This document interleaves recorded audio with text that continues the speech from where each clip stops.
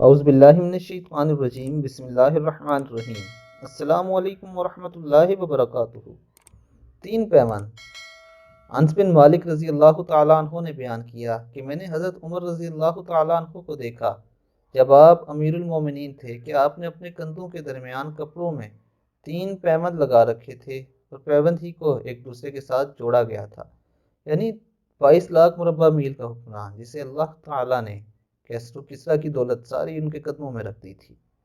اس شخص کی عاجزی اور انکساری کا یہ عالم تھا کہ اس کے اپنے کپڑے پھٹے ہوئے تھے جن پہ پیبند لگے ہوئے تھے، اور یہ پیغام ہے آج کے دور کے حکمرانوں اور امیرزادوں کے لیے جو اپنی دولت پر بہت زیادہ اتراتے ہیں، کہ اللہ رب العزت سے ڈرتے رہیں اور عاجزی اور انکساری اختیار کریں، کیونکہ اللہ رب العزت کو وہی لوگ پسند ہیں جنہیں عاجزی اور انکساری پسند ہے۔